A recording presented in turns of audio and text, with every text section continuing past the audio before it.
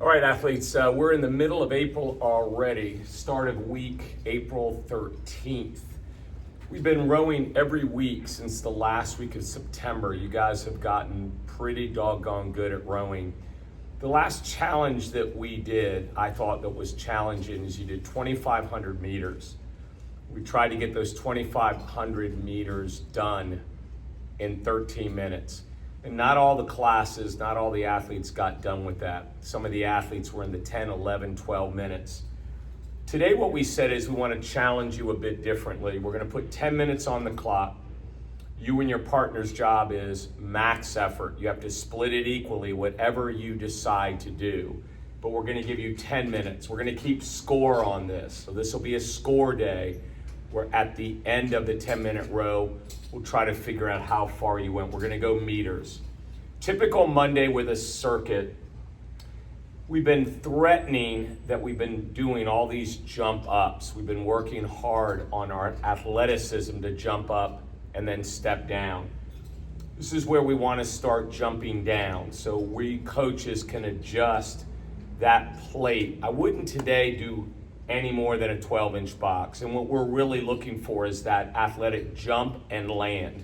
Stick the landing, all right? Not a soft landing, but rather if you trip and you have to put your foot down quickly, that's what we want you guys to do. So you'll step up, jump down. You'll do 10 of those. From there, with a single dumbbell, you'll do 10 bent over rows on one side, 10 on the other. And then last, more pulling, right? We're trying really hard to push and pull a lot before Memorial Day. So we've got about 6 weeks from that time. We want 20 body rows. We'll cycle through this 4 rounds.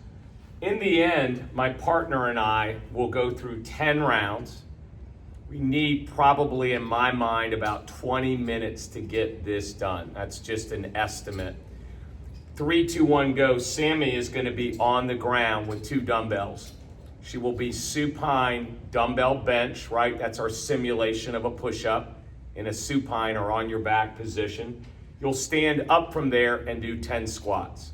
So Sam does 10 bench and then 10 squats, and then I go. She goes, I go. A total of 5 rounds each. It is tax day, April 15th. Sam and I could not think of any more pain that we could give you than to pay taxes, except you know Sam. She came up with something. It is 2026, so we added 20 plus 26, which equals 46. And of course, as friends, we divided it by 2. So we're gonna start the workout where we split 46 burpees evenly, 23 each. We're gonna give you guys not 10 minutes, you don't need it. Probably about 5 to 7 minutes. You can work at the same time. If we're coming close to that cap and Sam has not paid all her taxes, which means she doesn't get her 23 done, I might ask me to jump in with her, all right, to help you get that done. Low bar back squat. You did this on April 1st. You did this last week on Wednesday, April 8th, and now you're doing the same thing. It is a 4x3 low bar back squat. I believe next week we're gonna throw in a front squat. From there, push press or push jerk, very similar to what you did a week ago on the 8th, another 4x3. We want you to alternate with banded retractions. And last, what we wanna do is a single side called a single suitcase deadlift. The way we'll have that set up is the kettlebells will be out, as you know, in weighted increments. I'll do, if you will, 5 single-sided deadlifts on the left, 5 single-sided deadlifts on the right. I'll then go up in load based on the next load up in the kettlebell, and I'll repeat that. 5 on the left and 5 on the right. I'll rest, go back to that. Yes, Sam? How many rounds? We have on that 4 rounds to get that done, guys. And then last, we did this a couple of weeks ago. It was relatively fun. Individually, you guys will get a wall ball. I reminded all of you when we did this that a gallon of water is 8 pounds. So if you're living independently and you're able to manipulate or move a gallon of water, I would expect that the 4-pound balls and the 6-pound balls will be dusty on the shelves, and the 8 pounds and all will come out. You'll go for 40 seconds. You will do initially 3 push-outs, 3 bicep curls, and then 3 deadlifts. And you'll continue through that. 3, 3, 3, 3, 3, 3 until the clock beeps.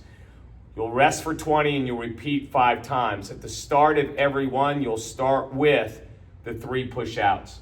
From there, we're benching. You guys have been used to doing a 15-12-9-6.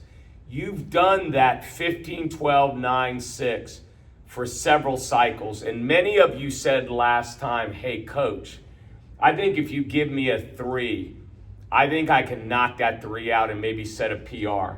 This week, what we did is we canceled the 15 and we put in there a 12-9-6-3. So if you go back, those of you that are keeping your logs, and you look, you probably won't see a 3 in there, but you'll see what your 12-9-6 was for the last couple of cycles.